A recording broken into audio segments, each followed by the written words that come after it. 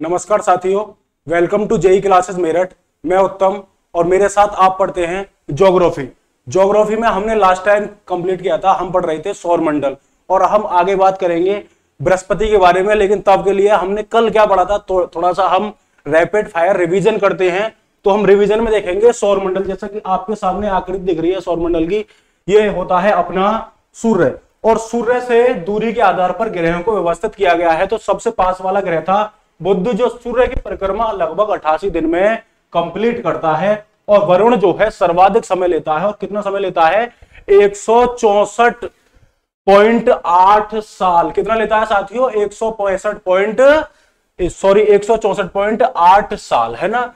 अब यहां तो क्या हो गया कि सबसे बड़ा साल किस ग्रह पर होता है? तो सबसे छोटा होता है इस पर, बुध पर, और सबसे बड़ा होता है वरुण पर। ये पेपर में आने वाली चीजें हैं। अब पूछेगा कि सबसे छोटा दिन किस पर होता है? तो सबसे छोटा दिन होता है साथियों बृहस्पति पर, क्योंकि बृहस्पति अपनी अक्ष पर सबसे पहले घूमता है। और कितने घंटे में घूमता है? जैसा कि आपको बताया था 10 घंटे, है ना। उसके बाद अपनी अक्ष पर शनि घूमता है कितने घंटे में? 10.5 घंटे में। आगे बात करेंगे हमारी जो पृथ्वी है अपनी अक्ष पर कितने घंटे घूमती है? 24 घंटे में। इसी कारण से जो हमारा दिन होता है वो 24 घंटे का होता है। और परिक्रमण काल कितना होता है इसका? 365 दिन, 5 घंटे 56 मिनट 48 सेकंड। 5 घंटे 56 मिनट 48 सेकंड ही साथियों आगे चलकर फरवरी जो आपकी 29 हो जाती है, लीप वर्ष में आगे जुड़ जाते हैं, है ना। तो सूर्य के सबसे नजदीक ग्रह हो जाएगा बुध और सबसे लास्ट में हो जाएगा वरुण। सबसे बड़ा ग्रह आपको सामने देख रहा होगा, कौन सा होता है? बृहस्पति। सबसे छोटा ग्रह कौन सा होता है? तो वो होता है बुध। शुक्र के बारे में जानकारी कि सबसे बड़ा दिन किस ग्रह पर होता है? तो सबसे बड़ा दिन होता है किस पर? शुक्र पर। 243 दिन के लगभग बराबर होता है पृथ्वी। शुक्र सूर्य के परिक्रमा कितने दिन में करता है? तो वो 224 दिन में करता है ना। सांझ का तारा या भोर का तारा किस ग्रह को कहते हैं? तो मैंने बताया था कि सांझ का तारा या फिर भोर का तारा किस ग्रह को बोला जाता है? तो सांझ का तारा या फिर भोर का तारा किस ग्रह को बोला जाता है? तो शुक्र को, क्योंकि ये सांझ मतलब शाम के समय पश्चिम दिशा में और सुबह के समय पूर्व दिशा में दिखाई देता है। सर्वाधिक चमकीला ग्रह है और सर्वाधिक गर्म ग्रह है। गर्म ग्रह किस लिए? क्योंकि यहां पर CO2 की सबसे ज्यादा अधिक मात्रा पाई जाती है ना। और हमने थोड़ा सा ब्रह्मांड के बारे में पढ़ा था कि ब्रह्मांड क्या है। तो साथियों ब्रह्मांड है जिसके अंतर्गत छोटे से छोटे अणु वे महानतम विशाल आकाश गंगाओं के सम्मिलित समूह को क्या कहते हैं? हम ब्रह्मांड कहते हैं, है ना। हमारे चारों तरफ एक विशाल और विस्तृत अंतरिक्ष को हम क्या कहेंगे? हम बोलेंगे उसे ब्रह्मांड। या फिर दूसरे शब्दों में बात करते हैं कि छोटे से छोटे अणु तथा विशालतम आकाश गंगाओं के सम्मिलित समूह को क्या कहेंगे साथियों? तो सम्मिलित समूह को क्या कहते हैं? ब्रह्मांड। और पढ़ा था ब्रह्मांड किन किन चीजों से मिलकर बना है? तो ब्रह्मांड 3 चीजों से मिलकर बना है, काली ऊर्जा, काला पदार्थ और साधारण पदार्थ। आगे जो हम बात करेंगे किसके बारे में, एक चीज हमने और पढ़ी थी कल किसके बारे में पढ़ा था कि ब्रह्मांड की उत्पत्ति से संबंधित सिद्धांत। और वो ब्रह्मांड की उत्पत्ति से संबंधित सिद्धांत था, वो था कौन सा? हमारा बिग बैंग थ्योरी। जो हमारा जो बिग बैंग थ्योरी था उसका प्रतिपादन किया था जॉर्ज लेमेंथियर ने। और इसकी व्याख्या की थी, वो किसने की थी? रॉबर्ट बेनेगर ने। तो रॉबर्ट बेनेगर ने क्या बताया था साथियों? मैं साइड में हो जाता हूं। रॉबर्ट बेनेगर ने बताया था कि जो ब्रह्मांड था एक पिंड था जिसका आयतन निम्न था और तापमान और दाब कैसा था? वो अत्यधिक था, है ना। तापमान दाब, है ना। और आयतन कम होगा और इसकी कोर में तापमान के आयतन निम्न था, तो इसने प्रसार किया और इसमें अत्यधिक विस्फोट हो गया। जो कण दूर गए वो तेजी से ब्रह्मांड की परिक्रमा करने लगे। जो अपेक्षाकृत कम दूर गए तो उनकी अपेक्षा कम गति से क्या करने लगे? ब्रह्मांड के केंद्र की परिक्रमा करने लगे, है ना। तो उम्मीद करते हैं ये सारी चीजें आपको समझ में आई होंगी। तो चलते हैं यहां से आगे और अपने पॉइंट पर, है ना। उससे पहले हम थोड़ी सी बात कर लेते हैं मॉम के बारे में, है ना। मॉम क्या है साथियों? मॉम्स है मार्स ऑर्बिट मिशन। ये भारतीय सरकार द्वारा 2013 में लॉन्च किया था। इसने मंगल की कक्षा में 2014 में क्या किया था? प्रवेश किया था। इसके इसके लिए जिस रॉकेट का प्रयोग किया गया था उसका नाम है PSLV C-25, है ना। तो PSLV C-25 था, और जब यह मंगल की कक्षा में प्रथम बार भारत का मंगलयान प्रवेश करता है, उसी के साथ भारत विश्व का पहला ऐसा देश बन जाता है जो प्रथम प्रयास में मंगल की कक्षा में क्या करता है साथियों, प्रवेश करता है ना। तो इतनी मोटी मोटी बातें थी। अब चलते हैं हम बृहस्पति के बारे में, आगे हम पढ़ेंगे बृहस्पति ग्रह के बारे में। उम्मीद करता हूं ये सारी चीजें आपको समझ में आई होंगी। एक बार देख लेंगे 24 घंटे और ये सारी चीजें। तो चलते हैं आगे।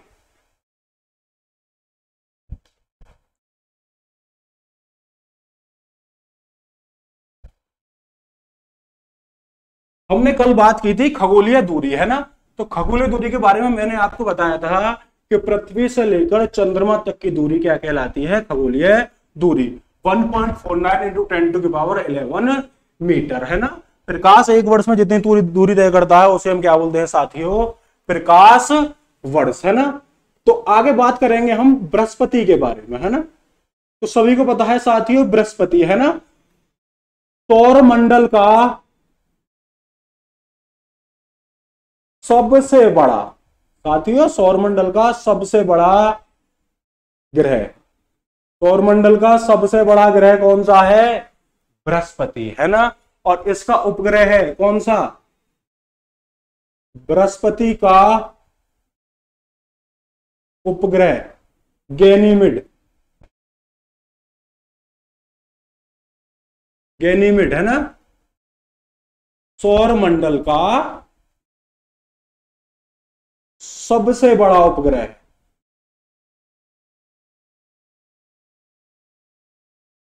तो साथियों ये पॉइंट हो जाता है हमारा फैक्ट कि सौर मंडल का सबसे बड़ा उपग्रह कौन सा है। तो आप बता देंगे जो गैनीमेड है वो सौर मंडल का सबसे बड़ा उपग्रह है, और वो किसका है, बृहस्पति का, है ना। साथियों उपग्रह दो प्रकार के होते हैं, एक तो होता है आर्टिफिशियल और एक होता है नेचुरल, है ना, मतलब प्राकृतिक और कृत्रिम उपग्रह। ये सारे जो उपग्रह हैं जिनके बारे में हम बात करेंगे सौरमंडल में, ये सारे कैसे हैं, ये है प्राकृतिक मतलब नेचुरल उपग्रह, है ना। तो आगे बात करेंगे सौरमंडल का सबसे बड़ा ग्रह, है ना। इसके पास स्वयं की अपनी रेडियो ऊर्जा है।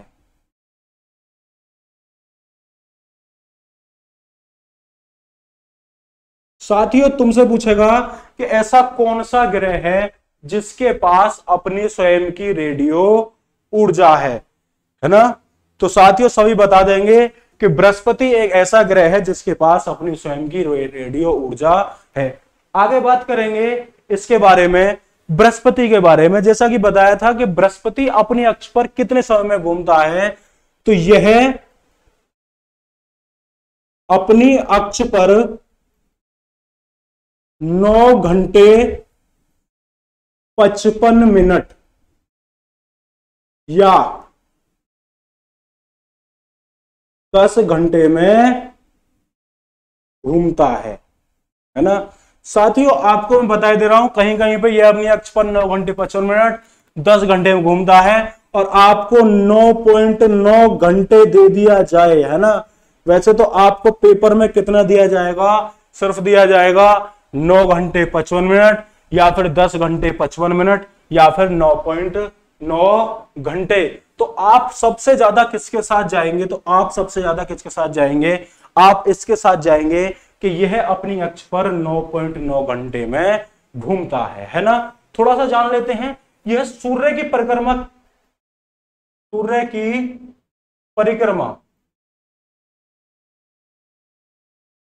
12 वर्षों में करता है। तो साथियों यह सूर्य की परिक्रमा कितने वर्षों में करता है, 12 वर्षों में करता है। और साथियों इसके पास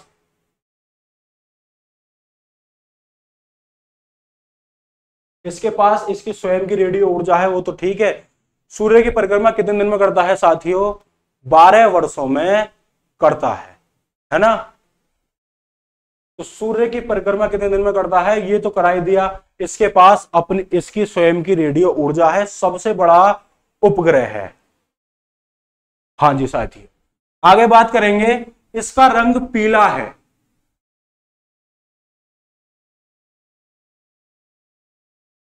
तो कैसे रंग का है साथियों? कभी पूछेंगे बृहस्पति किस कलर का है, तो पीला है। उसी प्रकार हम जानते हैं कि किस ग्रह को ब्लू प्लेनेट के नाम से जानते हैं या फिर नीले ग्रह के नाम से जानते हैं। तो साथियों, जो पृथ्वी है, पानी की अधिकता के कारण हम इसे किस नाम से जानते हैं? नीले ग्रह के नाम से जानते हैं, क्योंकि ऊपर से दिखाई देने पर यह कैसा दिखाई देता है? नीला दिखाई देता है ना। तो कैसा दिखाई देता है? एक बार फिर से देखेंगे इसे कि बृहस्पति सौरमंडल का सबसे बड़ा ग्रह, बृहस्पति का उपग्रह गैनीमेड सौरमंडल का सबसे बड़ा उपग्रह, इसके पास स्वयं की रेडियो ऊर्जा है। यह अपनी अक्ष पर 9 घंटे 55 मिनट में घूमता है, 10 घंटे में लगभग सूर्य की परिक्रमा 12 वर्षों में करता है, और इसका रंग कैसा है? पीला है। एक सवाल पूछे, फैक्ट पूछे तुमसे कि सबसे छोटा दिन किस ग्रह पर होता है, तो सबसे छोटा दिन किस ग्रह पर होता है? बृहस्पति पर। नोट करके इस बात को लिख सकते हैं कि सबसे छोटा दिन बृहस्पति पर होता है। साथियों, जैसे हमने पढ़ा था कि सबसे छोटा दिन किस पर होता है? बृहस्पति पर, और सबसे जो बड़ा दिन होता है वो शुक्र पर होता है, 243 दिन के बराबर। पृथ्वी के 243 दिन के बराबर होता है शुक्र का एक दिन, है ना। तो शुक्र अपनी अक्ष पर कितने दिन में घूमता है? तो शुक्र घूमता है अपनी अक्ष पर, तो यहां पर पहले लिख लिया, अब भी लिख लेंगे, क्योंकि ज्यादा बार लिखेंगे तो ज्यादा बार याद रहेगा। शुक्र का घूर्णन काल, तो साथियों देखेंगे कितना है? 243 दिन, है ना। इसके बारे में जाना था, सांझ का तारा, भोर का तारा, है ना, सर्वाधिक चमकीला तारा और सर्वाधिक गर्म ग्रह के नाम से जानते हैं हम शुक्र को, है ना। तो ये अगर हम कोष्टक में बंद कर दें तो बृहस्पति के बारे में इतनी सारी इंपोर्टेंट थी। यहां पर हम बताए दे रहे हैं कि सबसे ज्यादा फैक्ट वाली चीजें हैं गैनीमेड, है ना, जो कि इसका उपग्रह है। गैनीमेड सौरमंडल का सबसे बड़ा उपग्रह है, जो कि इसका बृहस्पति का। और सबसे छोटा दिन किस पर होता है? तो इसी पर, क्योंकि यह अपनी अक्ष पर 9.9 घंटे में घूमता है। चलो आगे बात करते हैं किसके बारे में? शनि के बारे में, है ना। तो 1 मिनट लिख लीजिए।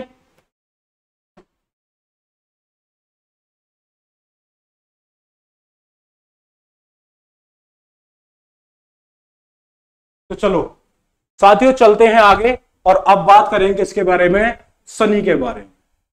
देखो साथियों, शनि जो अपना ग्रह है उसका घनत्व इतना कम है, उसका घनत्व पानी से भी कम है। अब घनत्व उसका पानी से भी कम है, घनत्व का फॉर्मूला क्या होता है? द्रव्यमान बटे आयतन। अब जब भाई किसी चीज का क्या होगा? घनत्व कैसा होगा? कम होगा, तो वो चीज ज्यादा घनत्व वाली चीज पर तैर सकती है। इसी तरह पानी पर तैर सकता है कौन सा? शनि। आगे बात करते हैं हम किसके बारे में? शनि के बारे में। शनि, है ना। तो शनि देखो, इसके चारों तरफ क्या पाए जाते हैं? तो शनि के चारों तरफ वलय पाए जाते हैं।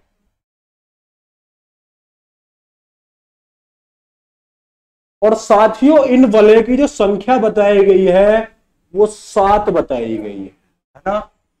और दूसरी चीज, अभी हमने रिसेंटली अभी 2020 में डाटा चेंज हुआ है, और क्या चेंज हुआ है कि सर्वाधिक उपग्रह वाला ग्रह, सर्वाधिक उपग्रह वाला ग्रह, तो साथियों कौन सा है? शनि। और अब तक इसके जो उपग्रह काउंट हो चुके हैं वो 82 काउंट हो चुके हैं। तो सर्वाधिक उपग्रह वाला ग्रह कौन सा हो जाएगा साथियों? यही हो जाएगा शनि, है ना। और इसका जो सबसे बड़ा उपग्रह है वो सबसे बड़ा उपग्रह है टाइटन। इसका सबसे बड़ा उपग्रह टाइटन है। तो इसका सबसे बड़ा उपग्रह कौन सा है साथियों? टाइटन है। अभी बात बताई थी घनत्व कम होने के कारण ये पानी पर भी तैर सकता है। तो घनत्व की कमी के कारण ये पानी पर भी तैर सकता है। तो सीधे घनत्व कम होने के कारण यह पानी पर भी तैर सकता है।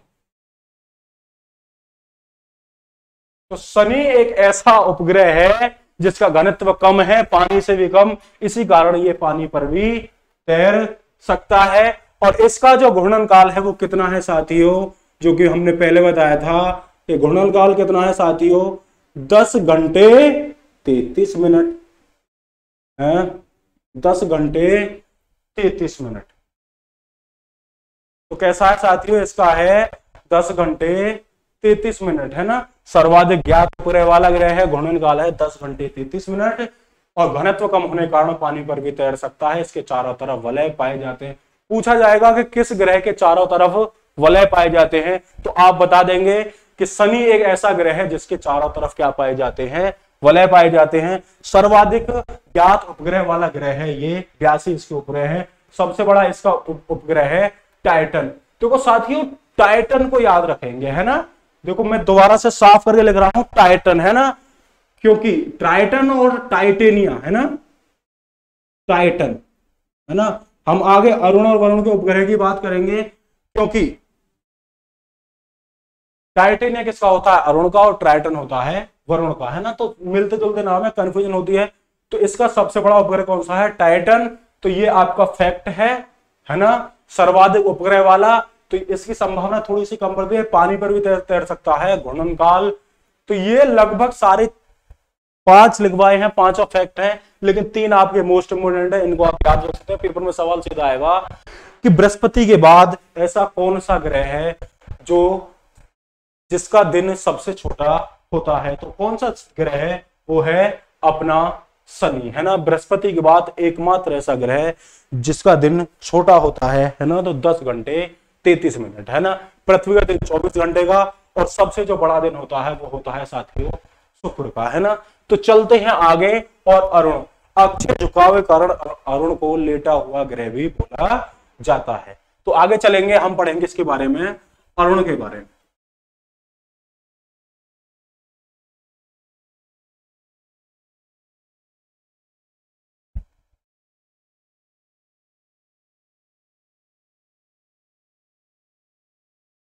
देखो साथियों, अक्षीय झुकाव के कारण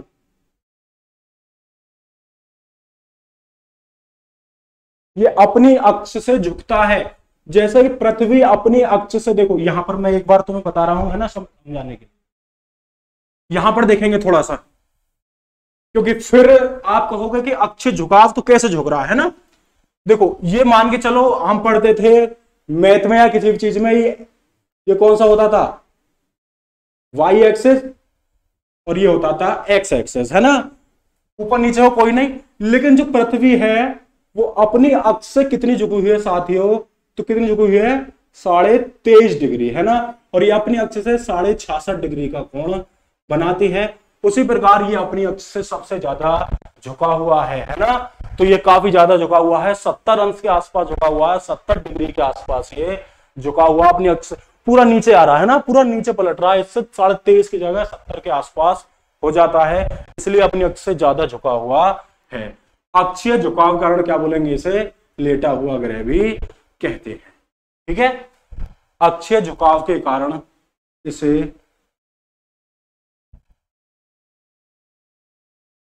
लेटा हुआ ग्रह भी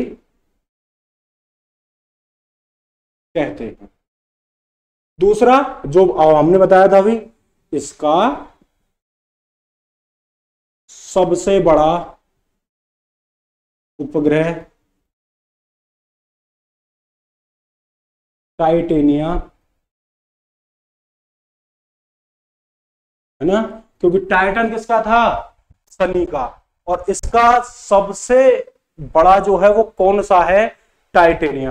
अक्षीय झुकाव के कारण क्या होता है, ये लेटा हुआ ग्रह भी बोलते हैं। और देखो साथियों, आकार में तीसरा सबसे बड़ा ग्रह,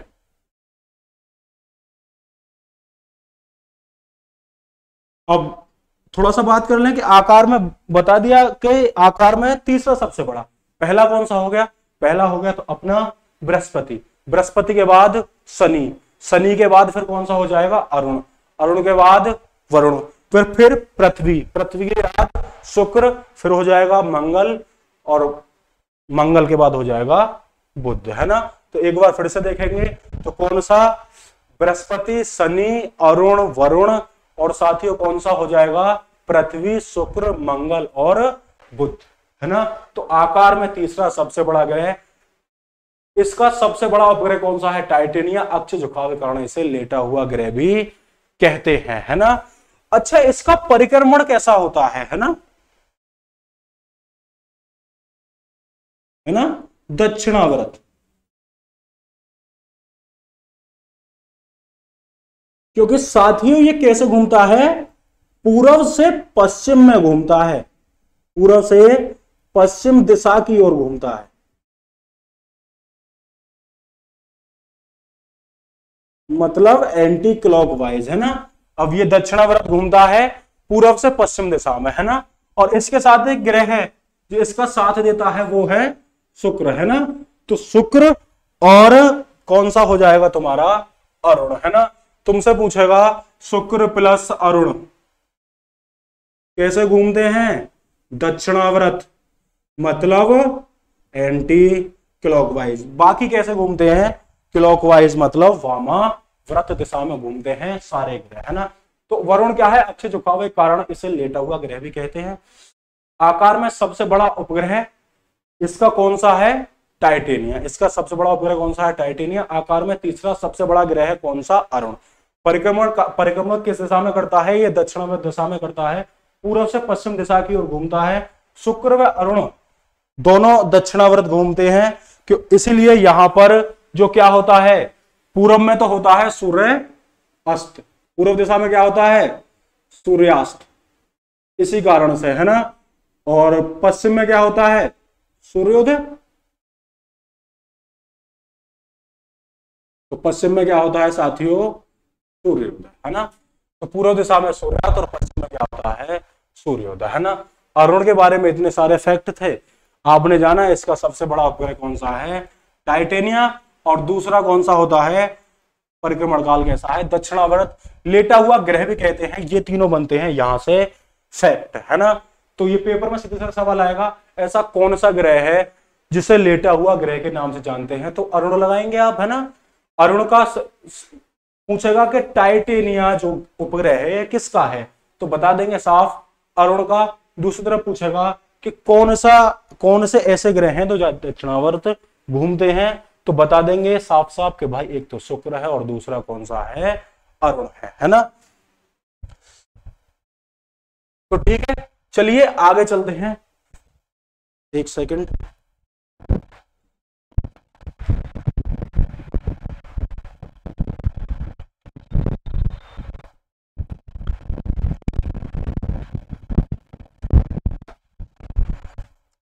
तो चलो साथियों चलते हैं हम वरुण की तरफ, है ना। आकार में चौथा सबसे बड़ा ग्रह कौन सा हो जाएगा, वरुण, और सूर्य से दूरी के आधार पर अंतिम, ठीक है।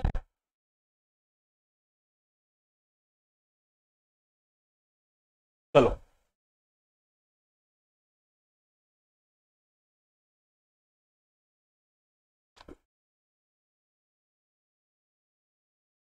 देखो, इसका सबसे बड़ा जो उपग्रह है वो कौन सा है, वो है साथियों ट्राइटन। तो कभी भी टाइटन और टाइटेनिया और ट्राइटन में कंफ्यूज मत होना, क्योंकि टाइटन है शनि का, टाइटेनिया है अरुण का, और जो हम पढ़ाएंगे ट्राइटन ये है वरुण का।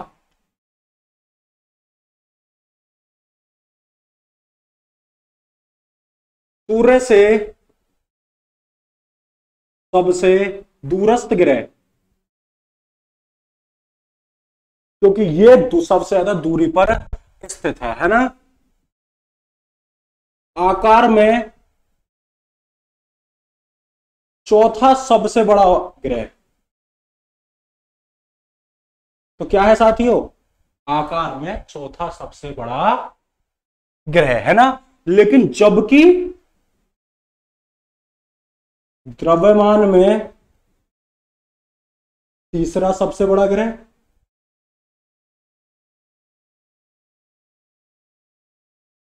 सबसे बड़ा ग्रह है ना। तो सूर्य से सबसे दूरस्थ ग्रह कौन सा है? यही है वरुण। आकार में इसका स्थान आता है चौथा, लेकिन जबकि द्रव्यमान में आकार इसका आता है तीसरा, है ना। तो फैक्टर नंबर 1, फैक्टर नंबर 2। आगे चलते हैं। इसका प्रमुख उपग्रह, और ये सारे उपग्रह कैसे हैं? प्राकृतिक, जो नेचुरल है ना। इसका प्रमुख उपग्रह कौन सा है साथियों? ट्राइटन है। इसका प्रमुख उपग्रह कौन सा है? ट्राइटन है। तो इसका उपग्रह कौन सा है भाई? इसका उपग्रह है ट्राइटन, है ना। और मीथेन की अधिकता के कारण ये हरे हरा दिखाई देता है। मीथेन की अधिकता के कारण यह हरा दिखाई देता है। तो पूछा जाएगा कि किस ग्रह पर सर्वाधिक मीथेन पाई जाती है, तो बता देंगे वरुण पर। और पूछेगा किस ग्रह पर सबसे ज्यादा कार्बन डाइऑक्साइड पाई जाती है, तो सीधे सीधे बता देंगे किस ग्रह पर। कौन सा ग्रह है? शुक्र पर, है ना। किस ग्रह पर सबसे ज्यादा? तो CO2 हो जाएगी शुक्र पर, है ना। आयरन ऑक्साइड के बारे में पूछे तो बता देंगे मंगल पर। और CH4 मीथेन किस पर? वरुण पर, है ना। और जो CO2 प्लस क्या हो जाएगा? जलवाष्प, है ना। यही हमारे वायुमंडल के तापमान को बनाए रखती है।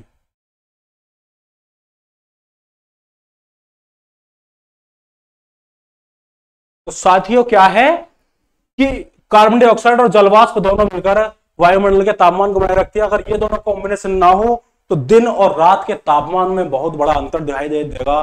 दिन में बहुत ज्यादा गर्मी पड़ेगी और रात में बहुत ज्यादा ठंड पड़ेगी, है ना। पिघलाने वाली गर्मी, और फिर दूसरा क्या हो जाएगा? सिकुड़ने वाली ठंड। सिकुड़ने क्या, जमने वाली ठंड हो जाएगी, इंसान जम जाएगा, है ना। जैसे कि हमने देखा था शुक्र पर, है ना, कि तापांतर, सॉरी किस पर देखा था? हमने देखा था बुध पर, है ना, कि जो दिन का जो तापमान होता है वो कितना होता है? 427 डिग्री सेंटीग्रेड प्रेस में। और रात का कितना होता है? -173 डिग्री सेंटीग्रेड। और तापांतर हो जाएगा टोटल 600 डिग्री सेंटीग्रेड, है ना। तो रात में -173, तो जीवन संभव है? दिन में 100 पे तो उबल जाते हैं, है ना। तो 427 पे तो हड्डियां भी में कुछ ना बचेगा। और रात में -173, तो जब 0 में बर्फ जम जाती है तो कहानी खराब हो जाएगी। इसमें कोई सर्वाइव नहीं कर पाएगा, है ना। इसीलिए पृथ्वी का औसतन टेम्परेचर जो बताया गया है, तो कितना बताया गया है बताइए? तो औसतन टेम्परेचर है वो 15 degree centigrade, sorry 15 degree Celsius बताया गया है। इसीलिए पृथ्वी पर जीवन संभव है। मतलब पूरी साल का ऑन एन एवरेज जो टेम्परेचर बताया गया है वो 15 है ना। और होता भी है औसतन 15, है ना, क्योंकि जाड़े गर्मी का काउंट करके पूरा लगाया जाता है। तो टेम्परेचर होता है 15 डिग्री सेल्सियस, है ना। तो वरुण के बारे में समझ में आया होगा, है ना। एक बार बताएंगे। सूर्य से सबसे दूरस्थ ग्रह है और आकार में चौथा, और क्या नाम है, द्रव्यमान में तीसरा सबसे बड़ा ग्रह। इसका प्रमुख उपग्रह है ट्राइटन सॉरी। और मीथेन का दिखता है कारण यह हरा दिखाई देता है। और CO2 मिलती है शुक्र पर सबसे ज्यादा, CH4 वरुण पर। CO2 प्लस जलवाष्प मिलकर हमारे वायुमंडल के तापमान को बनाए रखती हैं। जैसे कि हमने बुध पर देखा था कि दिन का तापमान 427 और रात का तापमान -173। तो जीवन संभव होने की तो कोई बात होती नहीं है, यहाँ पर जीवन संभव नहीं है। हाँ, हमारा जो औसतन तापमान है वो 15 डिग्री सेल्सियस है। तो पृथ्वी पर तो जीवन है, तो जीवन संभव है। तो इन ग्रहों पर जीवन संभव इसीलिए नहीं है। ठीक है, चलते हैं आगे।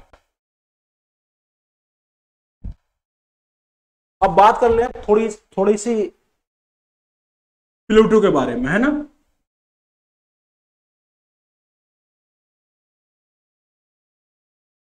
देखो प्लूटो 2006 से पहले जो हमारे जो सौरमंडल था उसमें 9 ग्रह हुआ करते थे, है ना। लेकिन प्लूटो को 2 कारणों से निकाल दिया गया, है ना। एक तो ये आकार में चंद्रमा से छोटा था, और दूसरा इसका कारण था कि वरुण की कक्षा को ये काटता था, है ना। अब भाई ये कभी ना कभी हजारों सालों में, लाखों सालों में वरुण से तो निश्चित बात है टकराएगा ही, है ना। तो ये ग्रहों का गुण नहीं होता, ग्रहों का अपना अपना जो पाथ होता है वो अलग अलग होता है ना। तो आगे बात करेंगे कहां पर भैया? IAU, है ना। सबसे पहले जानेंगे IAU के बारे में। इंटरनेशनल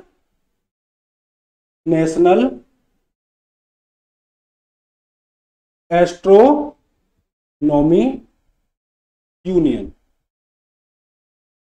है ना। इसका जो फॉर्मेशन हुआ था साथियों, तो कब हुआ था? 1919 में, है ना। और इसका जो साथियों हेडक्वार्टर कहां है?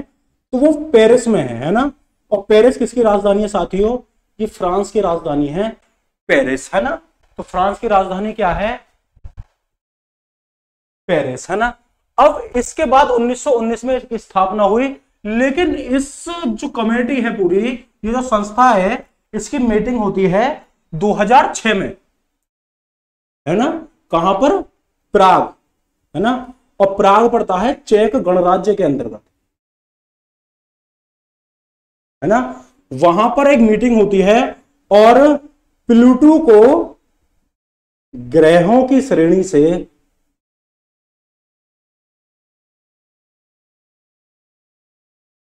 बाहर निकाल दिया जाता है।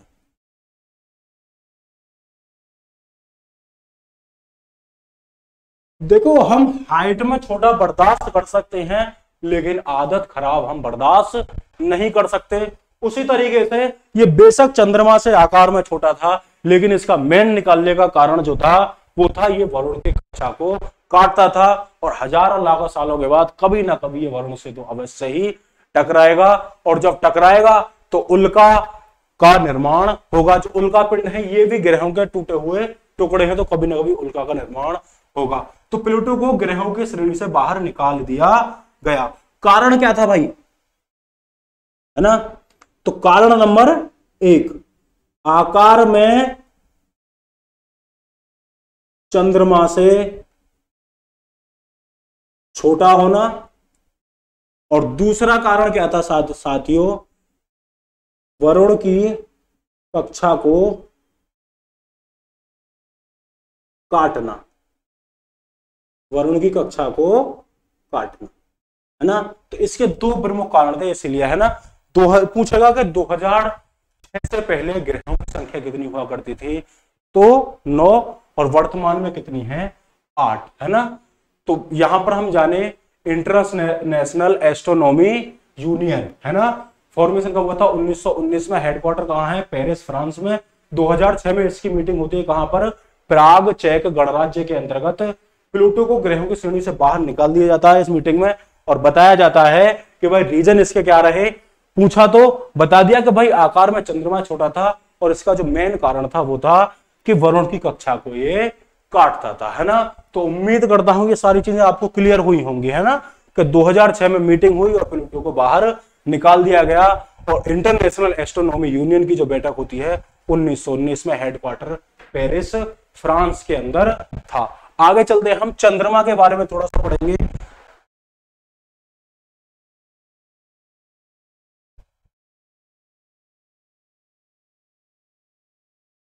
देखो, हमने कल पढ़ा था कि सूर्य का प्रकाश कितने समय में पृथ्वी तक पहुंचता है ना।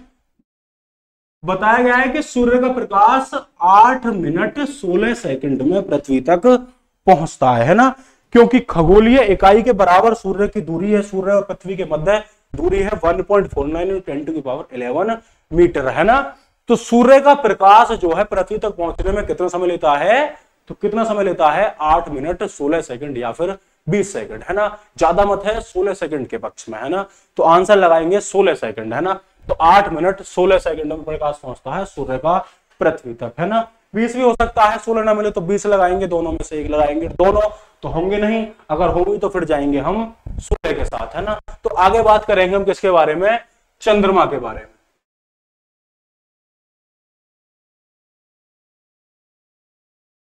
तो चंद्रमा की पृथ्वी से दूरी कितनी है? इसकी पृथ्वी से दूरी कितनी है साथियों? 3,84,000 किलोमीटर, है ना। अब यहां पर देखेंगे, और इसका प्रकाश पृथ्वी तक कितने समय पहुंचता है?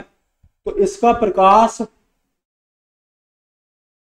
पृथ्वी तक 1.3 सेकंड, ये सेकंड का ही समय है, ये 1 मिनट नहीं है, 1.3 सेकंड, 1 सेकंड और 1 सेकंड का तीसरा हिस्सा, है ना, इसका प्रकाश पृथ्वी तक 1.3 सेकंड में पहुंचता है। तो समझाने की कोशिश करेंगे थोड़ा सा कि कैसे पहुंचता है ना। आप सूर्य के भी नहीं निकाल सकते इसी विधि से। प्रकाश की चाल कितनी होती है साथियों? तो प्रकाश की चाल होती है 3 × 10⁸ मीटर प्रति सेकंड, है ना। अब इसे किलोमीटर में करेंगे तो कितना हो जाएगा? 3 × 10⁻, 3 घटा दें, 3 घटाएंगे ना तो 5 आ जाएगा किलोमीटर प्रति सेकंड, है ना। अब इन जीरो बना लो, 3 और 5 जीरो और लगा लेंगे, 1 2 3 4 और 5, है ना। इकाई, दहाई, सैकड़ा, हजार, 10,000, लाख, है ना। तो 3 लाख किलोमीटर, है ना। प्रकाश कितने में चलता है? 3 लाख किलोमीटर चलता है 1 सेकंड में। अब भाई 3 लाख किलोमीटर तो है ना, और 84 को देख लेंगे, 84,000 कितने में चलेगा? तो 0.3 सेकंड में 84,000 जाएगा। इसीलिए सूर्य चंद्रमा का प्रकाश पृथ्वी तक पहुंचने में 1.3 सेकंड में पहुंचता है। और चंद्रमा का अपना कोई स्वयं का प्रकाश नहीं होता, ये सूर्य के प्रकाश से ही प्रकाशमान होता है ना। चंद्रमा का कोई अपना प्रकाश नहीं है। तो इसका प्रकाश पृथ्वी तक पहुंचने में 1.3 सेकंड का समय लेता है। और इसकी पृथ्वी से दूरी कितनी है? 3,84,000 किलोमीटर है इसकी पृथ्वी से दूरी, है ना। आगे बात करेंगे, जब चंद्रमा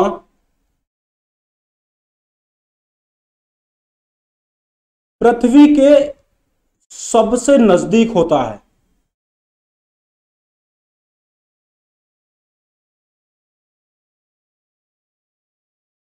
तो उस अवस्था को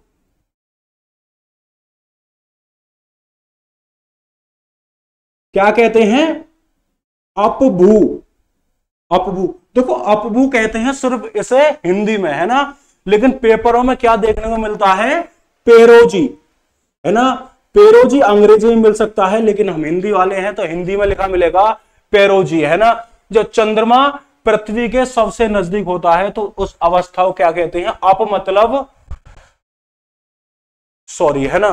देखो ये थोड़ा गलत हो गया, है ना।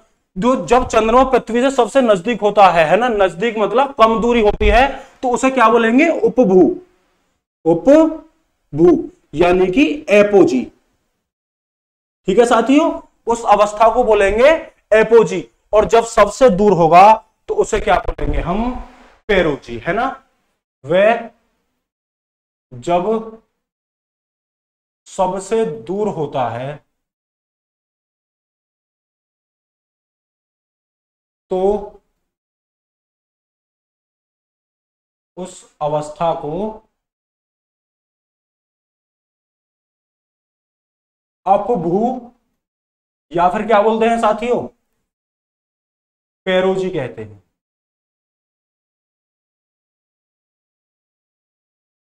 पेरोजी कहते हैं, है ना। जब चंद्रमा क्या होता है? पृथ्वी से दूर होता है तो उस अवस्था को क्या कहेंगे साथियों? पेरोजी कहेंगे, है ना। तो क्या कहेंगे? पेरोजी।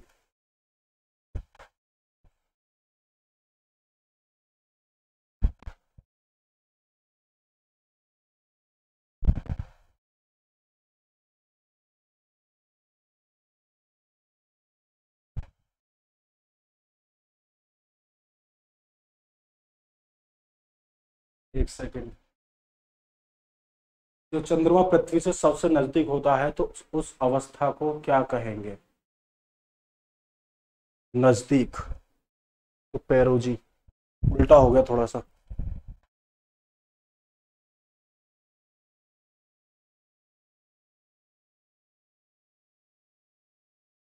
तो साथियों एक बार फिर से देखेंगे, माफी चाहेंगे इसके लिए। तो क्या बोलते हैं? पेरोजी। और इसको क्या बोलते हैं? एपोजी,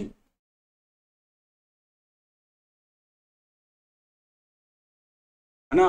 तो जब चंद्रमा पृथ्वी से सबसे नजदीक अवस्था में होता है, जब निकट होता है तो उस अवस्था को पेरोजी, और जब सबसे दूर होता है तो उस अवस्था को एपोजी कहते हैं, है ना। आगे चलेंगे। पृथ्वी, जो चंद्रमा का प्रकाश है पृथ्वी तक पहुंचने में 1.3 सेकंड पहुंचता है और 3,84,000 मीटर में पहुंचता है ना। अच्छा एक चीज देखी होगी कि आपने कि चंद्रमा पर कुछ धब्बे दिखाई देते हैं, है ना। कुछ तो धब्बे दिखाई देते हैं और कुछ चमकीला भाग दिखाई देता है ना। देखो इसको एक बार फिर से देख लेंगे, है ना। जब चंद्रमा पृथ्वी से सबसे नजदीक होता है तो उस अवस्था को क्या बोलेंगे, पेरोजी। फिर जब सबसे दूर होता है तो उस अवस्था को क्या बोलेंगे, एपोजी बोलेंगे, है ना। तो इसको ध्यान रखेंगे, है ना। थोड़ी सी इसमें गड़बड़ हो गई थी। बाकी देखो चंद्रमा पर जो चमकीले भाग होते हैं जो हमें दिखाई देता है वो है पर्वत, और जो धब्बे वाला भाग है वो है मैदानी भाग। तो कोई अम्मा बैठकर चरखा नहीं काट रही है ना।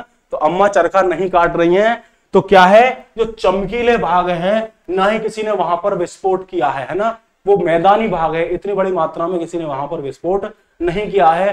तो धब्बे वाला भाग है वो है मैदानी भाग, और जो है पर्वत वो है चमकीले भाग, है ना। तो यहां पर देख लेंगे थोड़ा सा इधर वाली साइड, है ना। तो चंद्रमा की सतह पर जो चमकीले भाग हैं वो साथी क्या कहलाएंगे, चमकीले। तो साथियों ये चमकीले भाग जो हैं ये क्या कहलाएंगे, तो पर्वत, है ना। और दूसरी चीज क्या कहलाएंगे, धब्बे वाले भाग। साथियों धब्बे वाले भाग क्या है, तो धब्बे वाले भाग हैं साथियों मैदानी भाग। तो मैदानी भाग, है ना। तो इसके चमकीले भाग को क्या कहते हैं, पर्वत, और धब्बे वाले भाग को क्या कहते हैं, मैदानी भाग। तो कोई, है ना। और देखो साथियों इसको क्या बोलते हैं, उर्दू में चंद्रमा को बोलते हैं महताब। तो साथियों उर्दू में चंद्रमा को क्या बोलते हैं, महताब। चलो आगे चलेंगे, है ना। फिर अंत में एक बात करेंगे मोटिवेशन से लेके, है ना। तो इसकी चंद्रमा से दूरी कितनी है, 3,84,000 किलोमीटर। 1.3 सेकंड में प्रकाश पहुंचता है, और ये पृथ्वी का एकमात्र प्राकृतिक उपग्रह है ना। यह अपनी अक्ष पर और पृथ्वी की परिक्रमा एक ही समय में करता है, लगभग 27 दिन में। इसलिए हम इसका भाग कितना देख सकते हैं, सिर्फ हम इसका कितना भाग देख सकते हैं, तो हम इसका साथियों 57% भाग देख सकते हैं। कहीं कहीं पर जब क्या होता है, ब्लू मून, सुपर मून, जब थोड़ा भाग देख जाता है तो हम इसका 59% भाग देख सकते हैं, बाकी हम इसका ज्यादा भाग नहीं देख सकते, है ना। तो यह है अपनी अक्ष पर घूर्णन व पृथ्वी की परिक्रमा कितने दिन में करता है, 27.32 दिन में करता है।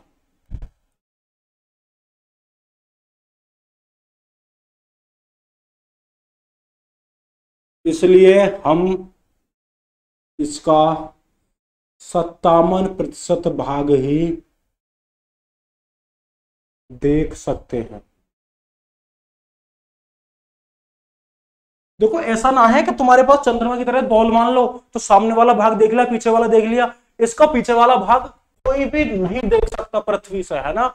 इसका जो पिछला भाग है पृथ्वी से कोई नहीं देख सकता, है ना। क्योंकि नॉर्थ पोल पर भारत का जो चंद्रयान 2 गया था वो कहां पर, वो पहुंच गया था किस पर, साउथ पोल पर, है ना। और इसके साउथ पोल पर वहां पर पहुंच गया था जहां तक आज तक कोई नहीं उतरा, है ना। उसके 2 किलोमीटर के पहले ही उसके क्या हो गई, उसने अपना आपा खो दिया और इसरो से उसका कनेक्शन टूट गया, है ना। तो संचार पूरी तरह से टूट गया था, है ना। तो इसका पिछले वाले हिस्से में देखने के लिए, उसको फोटो लेने के लिए नासा ने, यूरोपियन स्पेस एजेंसी ने, रॉसकॉस्मोस ने और हमारी इसरो ने भी कोशिश की है, लेकिन फोटो ली है अभी तक, है ना। इसके साउथ पोल पर जाकर जो आज भी ऑर्बिटर है वो फोटो ले रहा है, लेकिन जो प्रज्ञान रोवर था और लैंडर विक्रम था उनसे हमारा संपर्क टूट चुका था। आगे चंद्रयान 2 के बारे में बात करेंगे, लेकिन उससे पहले बात करेंगे यह अपनी अक्ष पर घूर्णन वह पृथ्वी की परिक्रमा 27.32 दिन में करता है, इसलिए हम इसका केवल 57% ही भाग देख सकते हैं, है ना। जब हम इसका 59% भाग देखते हैं तो उस घटना को क्या कहते हैं साथियों, तो उस घटना को साथियों कहते हैं सुपर मून, है ना। उस घटना को साथियों कहते हैं सुपर मून। है ना। तो उस घटना को क्या कहते हैं, सुपरमून, है ना। और साथियों जब एक माह में 2 पूर्णिमा पड़ जाती है उस घटना को बोलते हैं हम ब्लू मून, है ना। अब ब्लू मून कैसे पड़ सकती है, एक माह में 2 पूर्णिमा। जैसे देखो ये पक्ष होता है 14 दिन का, है ना। 14 दिन के बाद अमावस्या आएगी निश्चित, या फिर पूर्णिमा आएगी, है ना। और अगर 2 तारीख या फिर 1 तारीख को माह में क्या पड़ रही है, पूर्णिमा, निश्चित सी बात है, तो फिर 30 तारीख को भी पूर्णिमा पड़ेगी ही पड़ेगी, है ना। 1 को पड़ेगी तो 28 जोड़ देंगे 29 को, है ना। 2 को पड़ेगी तो 30 को, अगर महीना 31 का होगा तो 3 को भी पड़ेगी तो 28 जोड़कर 31 तारीख को पूर्णिमा पड़ जाएगी। इसलिए उस घटना को क्या बोलेंगे हम, ब्लू मून बोलेंगे, है ना। जब एक माह में 2 पूर्णिमा पड़ती हैं तो उस घटना को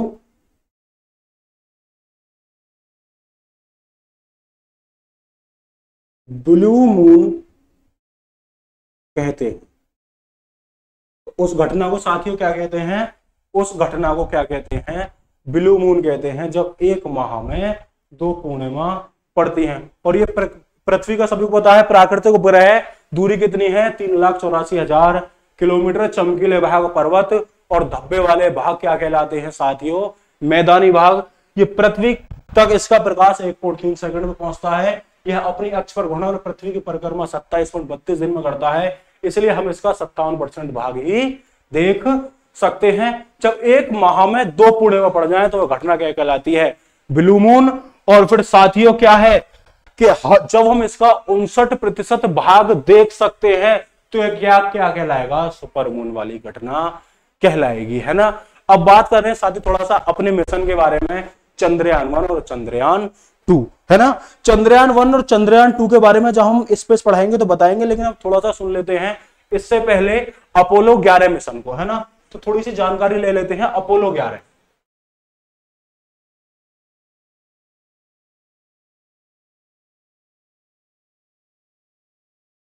देखो अपोलो 11, है ना। अपोलो 11 जो मिशन था ये नासा के द्वारा भेजा गया था, है ना।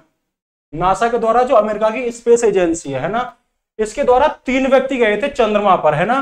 तो कौन थे, नील आर्मस्ट्रॉन्ग,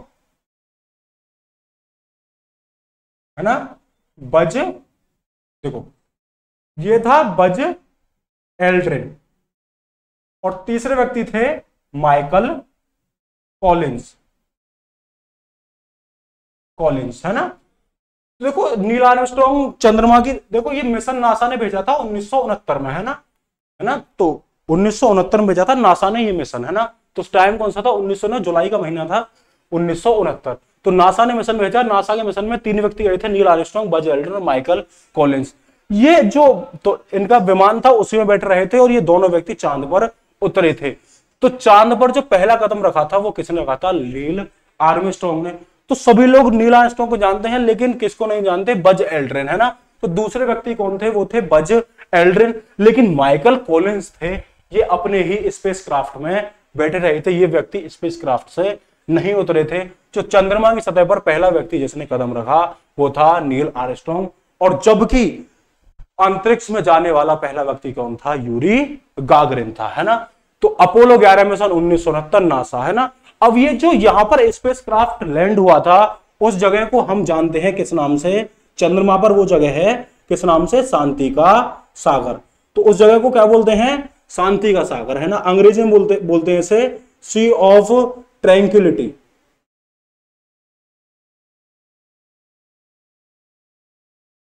तो सी ऑफ ट्रैंक्विलिटी या फिर शांति का सागर।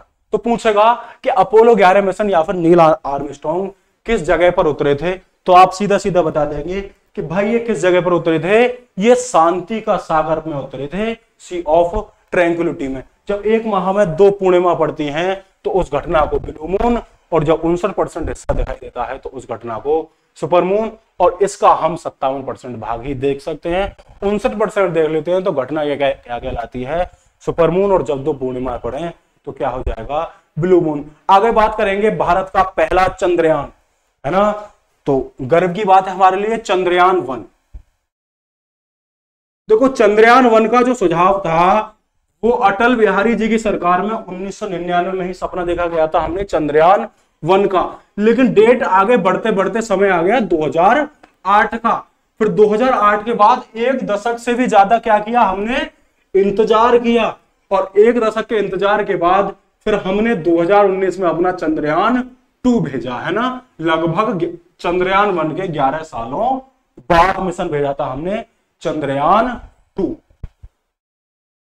तो चंद्रयान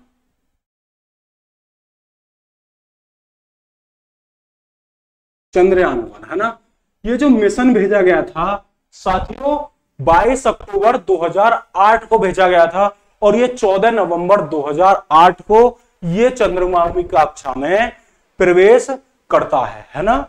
तो कब भेजा गया था साथियों, 22 अक्टूबर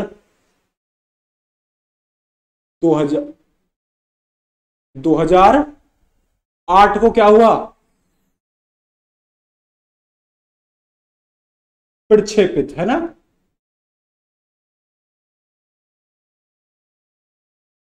तो ये प्रक्षेपित कब किया गया था साथियों, 22 अक्टूबर 2008 को। दूसरी डेट आती है 14 नवंबर 2008 को। ये क्या हुआ इसने, सॉरी किसकी में, चंद्रमा की कक्षा में प्रवेश है ना।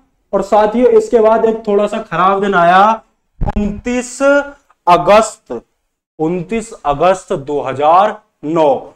इस चंद्रयान 1 से हमारा जो है संपर्क वो टूट गया, और इसरो ने इस मिशन को 30 अगस्त 2009 को बिल्कुल बंद घोषित कर दिया है ना। तो ये इससे हमारा संपर्क क्या था, टूट गया था। कब टूट गया था, 29 अगस्त 2009 को क्या हुआ साथियों, संपर्क टूट गया इससे हमारा, है ना। तो चंद्रयान 1 से हमारा जो संपर्क कब टूटा था, 29 अगस्त। और साथियों 30 अगस्त को क्या किया गया, इंडियन स्पेस रिसर्च ऑर्गेनाइजेशन ने इस मिशन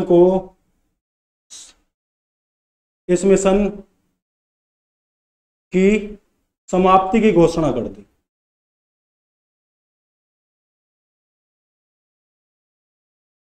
तो साथियों ऐसा था हमारा चंद्रयान 1। उम्मीद करते हैं चीजें समझ में आई होंगी।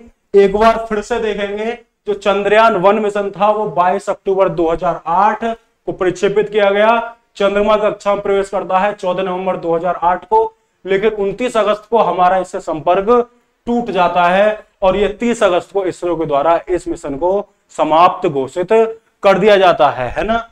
अच्छा साथियों, इसका जो था, जो रॉकेट इसके लिए लॉन्च किया गया था वो किया गया था polar satellite launch vehicle C11 है ना। जो रॉकेट जो हमने यूज किया था, आपसे रॉकेट पूछेगा है ना, या फिर क्या पूछेगा, देखो एक तो फैक्ट क्या है, किस विमान ये प्रक्षेपास्त्र से प्रक्षेपित किया गया था, तो रॉकेट था PSLV C11 है ना।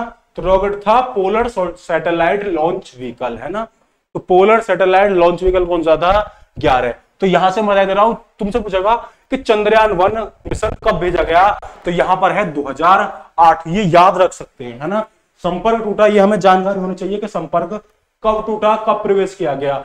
परीक्षा की दृष्टि से हमारे लिए क्या है, चंद्रयान मिशन कब गया, 2008 में, और रॉकेट कौन सा था, PSLV C25 है ना। हाँ, इसके द्वारा आपसे एक चीज पूछ सकता है ना, चंद्रयान 2 के बारे में है ना। अच्छा, ये जब भेजा गया था इसे भूमि की जानकारी, ये बहुत सारी जानकारी लेके आया था है ना। चंद्रयान 1 इसने वहां पर क्या खोजा साथियों, इसने वहां पर पानी की खोज की।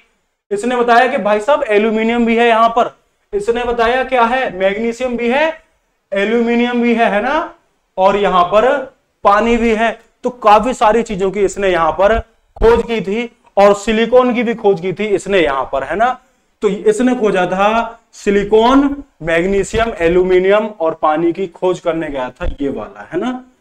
ठीक है साथियों, और ये भी साउथ पोल पे गया था हमारा है ना, जो अभी था। लेकिन अभी हमारा जो चंद्रयान 2 मिशन है वो साउथ पोल के और दूसरे हिस्से पर, दो वहां गड्ढे में उतारने की कोशिश की थी, इसलिए उसका गड्ढे में उतरने से पहले 2 किलोमीटर पहले ही उसका संपर्क हमसे टूट गया था। लेकिन उसका हमारा 95% तो कार्य कर रहा है, 5% जो मिशन है उसमें हमारा फेल हो चुका है। तो ऑर्बिटर अब भी हमारा वर्क कर रहा है। बेशक रोवर जो है प्रज्ञान और जो लैंडर जो है विक्रम से हमारा संपर्क टूट चुका है। तो चंद्रयान 2 के बारे में बात करेंगे आगे। चंद्रयान 2 क्या है ना, तो इंपोर्टेंट चीज क्या है, चंद्रयान मिशन 2008, रॉकेट कौन सा है, PSLV C11, पानी, मैग्नीशियम, एल्यूमिनियम और सिलिकॉन। तो गोल्डन पॉइंट है PSLV C11 और 2008 में ये मिशन भेजा गया था। और ये पूछने वाली बात नहीं है किसने भेजा, तो भाई इसरो ने तो भेजा था। अमेरिका वाले होते तो वो कुछ और नाम रखते, अंग्रेजों वाला, है ना। चंद्रयान, मंगलयान, है ना, आदित्य L1 जो सूर्य की क्या करेगा, सूर्य का अध्ययन करेगा, आदित्य L1 उसे भी इसरो भेजेगा, है ना। तो आगे बात करेंगे चंद्रयान 2, है ना। देखो इसकी डेट रखी गई थी 15 जुलाई, है ना, और मौसम संबंधी कारणों से इसको क्या कर दिया गया, आगे बढ़ाकर कर दिया गया 22 जुलाई। 2 बजकर कुछ समय हुआ था इसको, जब मौसम खराब था लेकिन उस समय बारिश नहीं हुई थी, तो ये आसानी से हमने प्रक्षेपित कर दिया, है ना। तो 22 जुलाई 2019 को ये हमारा मिशन भेजा गया था, चंद्रयान 2। अच्छा, कौन सा जो था हमारा रॉकेट यूज किया गया था साथियों, है ना। अब तक तो हमने PSLV यूज किया था, लेकिन अब हम डेवलप हो चुके हैं, तो हमने किया था GSLV, है ना, जियो सिंक्रोनस सैटेलाइट लॉन्च व्हीकल, है ना, GSLV MK3, है ना। पूछेगा कि GSLV MK3, है ना। और इस समय जो इसरो को कमांड कर रहे थे वो व्यक्ति कौन थे, के सिवान, है ना।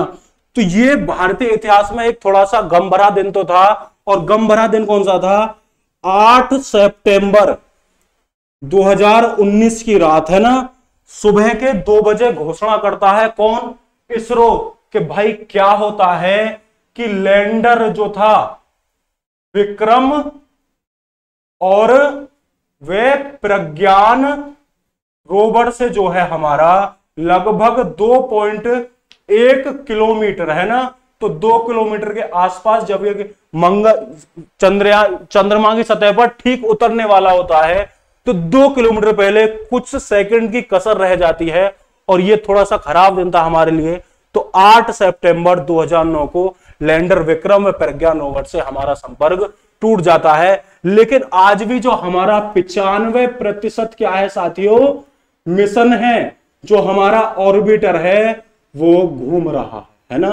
तो ऑर्बिटर से याद आया कि इसके साथियों 3 भाग थे, एक तो था ऑर्बिटर, एक था लैंडर विक्रम, और एक रोवर था जिसका नाम था प्रज्ञान, और इनसे हमारा संपर्क टूटा 8 सितंबर 2019 को, है ना। तो समझ में आ रहा है। चंद्रयान 2 मिशन कब भेजा गया, 22 जुलाई। ये तो इसकी तो भाई डेट याद करनी पड़ेगी, है ना, पहले वाली करो मत करो, लेकिन इसकी याद करनी पड़ेगी। रॉकेट कौन सा था, GSLV, है ना। वर्तमान में जो इसरो के चीफ है वो डॉक्टर सोमनाथ है, लेकिन उस टाइम पे चीफ कौन थे, के सिवान थे, है ना। 8 सितंबर 2019 लैंडर विक्रम व प्रज्ञान रोवर 2.1 किलोमीटर पहले इन दोनों से हमारा संपर्क टूट जाता है। लेकिन आज भी जो हमारा ऑर्बिटर है ये किसकी परिक्रमा कर रहा है, तो ये परिक्रमा कर रहा है, चंद्रमा के पास ही गया था तो चंद्रमा की परिक्रमा करेगा, है ना, सूर्य की थोड़ी करेगा, है ना। तो परिक्रमा किसकी करेगा, चंद्रमा की करेगा। ये आज भी क्या कर रहा है, चंद्रमा की परिक्रमा कर रहा है। तो यहां पे लिख लेंगे साथियों डॉक्टर सोमनाथ, है ना, है ना, प्रेजेंट चीफ है ये, है ना, मतलब चेयरमैन है किसके, इसरो के, है ना। तो इसरो के चेयरमैन है ये डॉक्टर सोमनाथ। तो वर्तमान में इसरो के चेयरमैन कौन है, डॉक्टर सोमनाथ। तो चंद्रयान 2। अब साथियों एक तो हमारा मिशन है गगनयान, है ना।